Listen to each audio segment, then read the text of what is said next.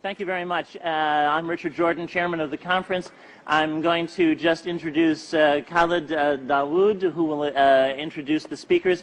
So Khalid, thank you very much for moderating this session, and I turn it over to you, and I will return in about 3 minutes. So our next speaker is Dr. Rosalind Peterson. She's the California president and co-founder of the Agriculture Defense Coalition, formed in 2006 to protect agricultural crop production from uncontrolled experimental weather modification programs. A very interesting topic, you know, for a non-specialized person like myself. But also very interesting in her CV that we have with you is also her extensive efforts to protect drinking water supplies from toxic chemical contamination in Martinez, California. That's a very interesting topic, of course, and I was actually wondering myself whether you can tackle whether the same experiments that you're holding in California could be extended to other world countries, particularly poor and developed countries like where we come from. Thank you. Thank you. Good afternoon, ladies and gentlemen, Mr. Chairman. It is a pleasure to be here to speak with all of you today. One of the things that I would like to say is that we are in a global drumbeat right at the moment talking about climate change and global warming. One of the things that is affected by climate change is agriculture. But some of what we are seeing is man-made, but man-made in a different way than you may guess. Weather modification programs, experimental ones done by private companies, done by the United States government, done by states across the United States are underway. There's more than 50 of them in operation across the United States. All of these impact agriculture because they change the microclimates needed for agriculture to survive. None of these programs that I know of today, and this is all public record, are available at any time with oversight, agricultural oversight or public oversight. These programs impact agriculture, and there are programs around the world. International corporations are modifying our weather all the time, and they're modifying it in ways that cover thousands and thousands of square miles. Most of it is chemically altered, so that what happens is that we are putting chemicals, ground-based chemicals that are shot into the air, or chemicals coming from airplanes that change and modify our weather. So one of the things that I'm concerned about and that we need to address in the future is how these programs are impacting microclimates needed for our crops to survive and needed for pollination. If we change the growing season, the pollinators may not survive, and also our crops, our flowers, and our tree crops may not get the pollination needed. So one of my areas is looking at this situation to see if we can begin to put under control experimental and other types of weather modification programs. The other issue is that a lot of times we're talking about mitigation for climate change. It's rather an undefined term at this period of time. And so what happens is that many times we're talking about artificially putting chemicals like sulfur or particulates into the atmosphere in what they call geoengineering schemes to reduce and help the planet, supposedly, but help the planet to not go through such a tremendous global climate change and to mitigate global warming. However, the incidence of putting chemicals into our atmosphere is going to change and impact agricultural crop production.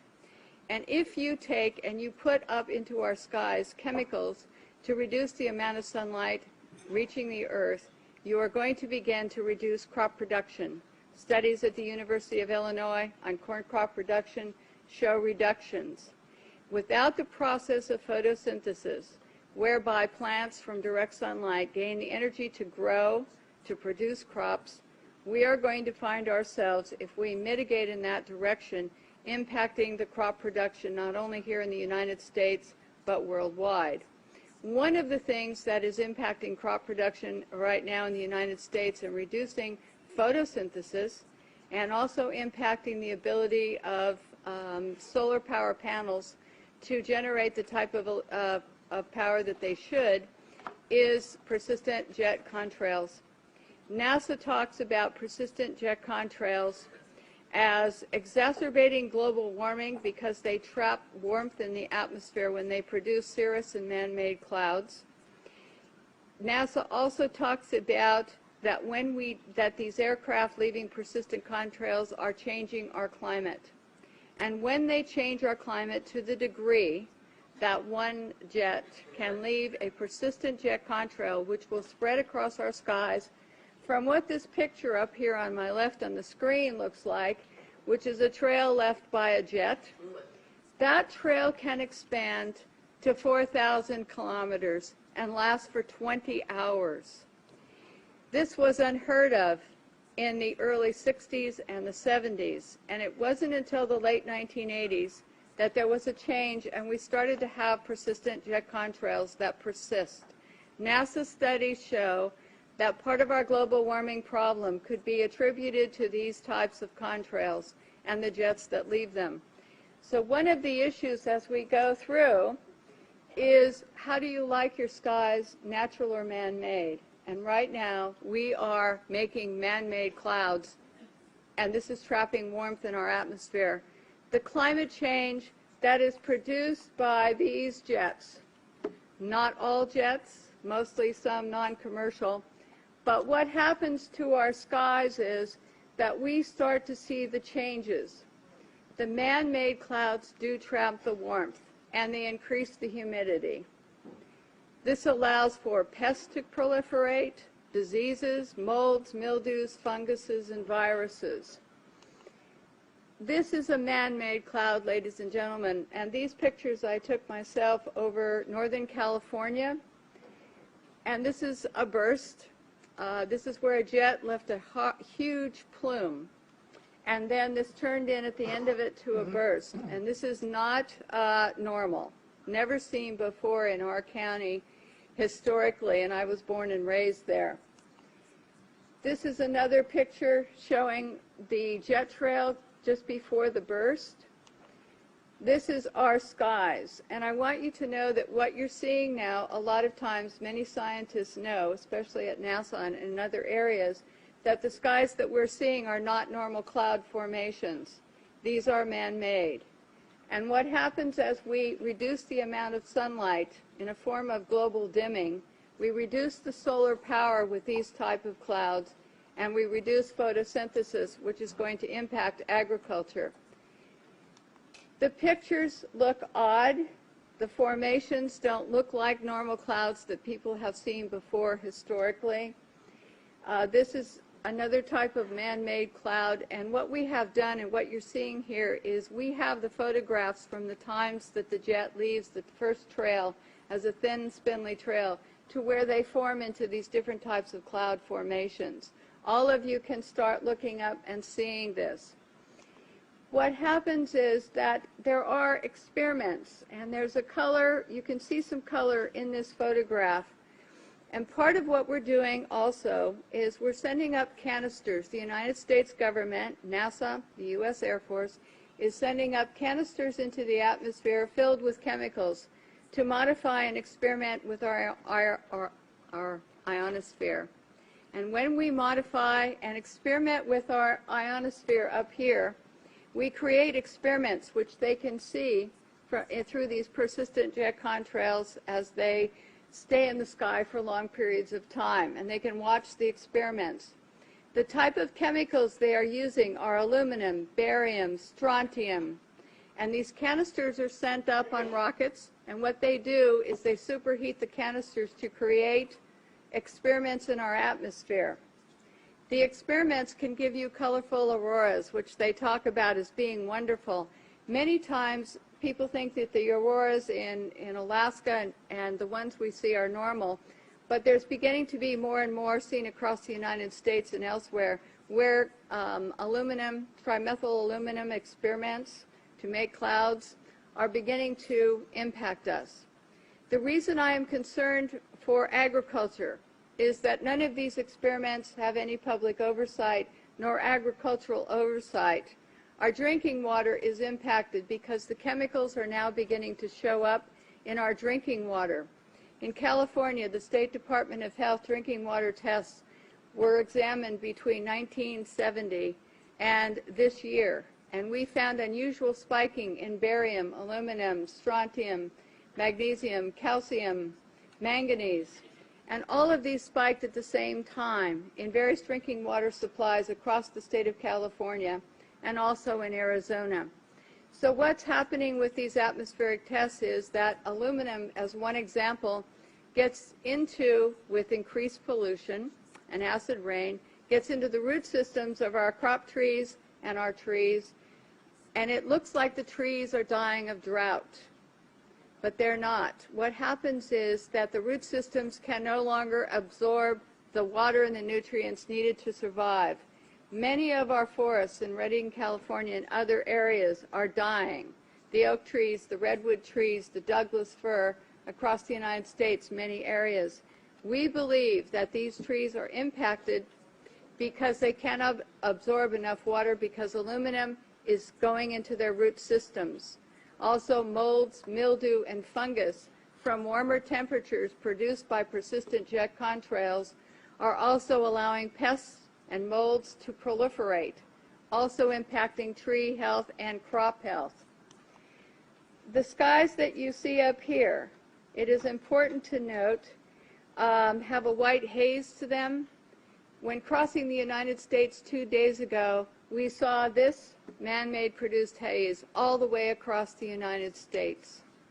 There were a few real clouds. We saw the persistent jet contrails from the jet windows, and the skies in the white haze looked a lot like this.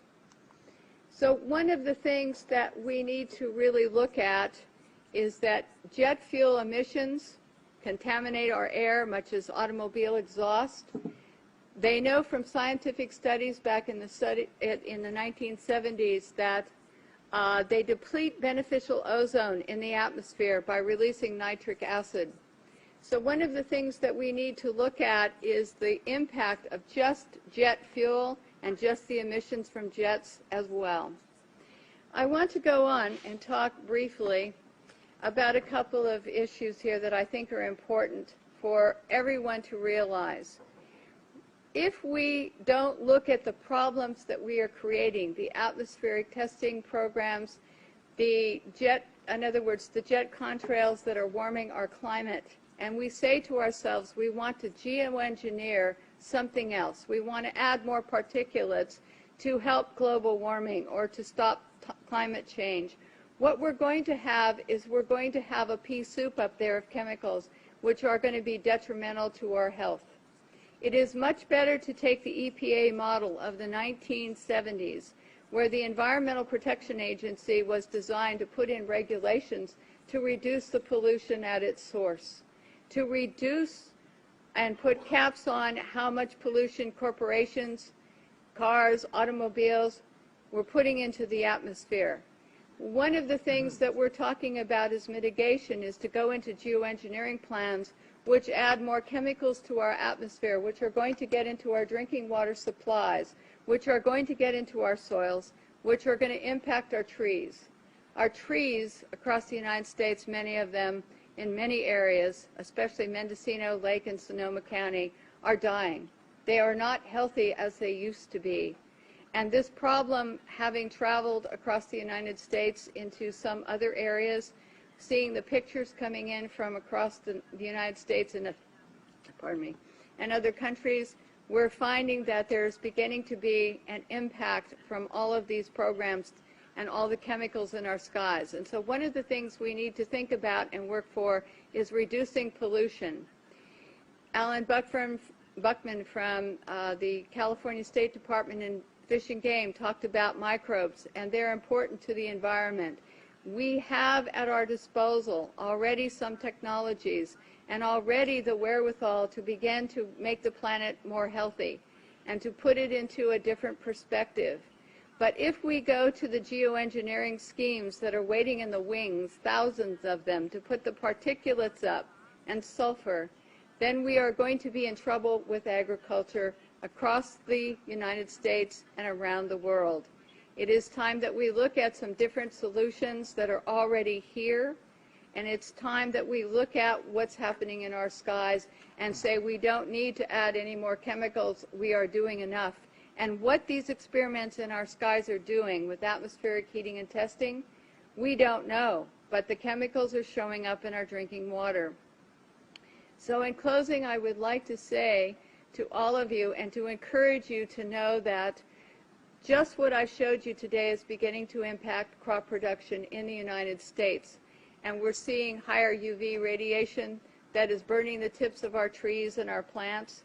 We see the molds and mildews growing here, and we see all of this, and we hope that all of you will consider before you think of mitigation and just go forward with some of the plans that are being sold to you as almost a cap-and-trade situation, where a corporation like Planktos decides to put iron dust into the Galapagos Islands area. This is a proposal, may have already started, and to create algae blooms. And yes, they're saying, yes, we're going to help the environment because we're going to create these algae blooms for more oxygen. But what happens is it's going to impact the marine life in those areas. As a geoengineering plan, it is going to be sold. The credits for this, the supposed benefits, is to be sold as credits to people who want to pollute more. And here's the really awful twist to this, in my opinion, is if we sell pollution credits to polluters to ask them so that they can pollute more, we're only going to add more to our climate change and to our global warming processes. We have to say, no, we don't want money market schemes that are going to go into the ocean and change something possibly to the detriment of our oceans or our air in order to sell credits to someone who wants to pollute more. Ladies and gentlemen, this is a consideration for all of you when you start to talk about caps and trades, when you start to talk about geoengineering plans, because we don't need a money market scheme. We need to have and use the microbes available to us, the science available to us to reduce the pollution that we're putting into the atmosphere, and we need a new direction, and I think that this might be a good one.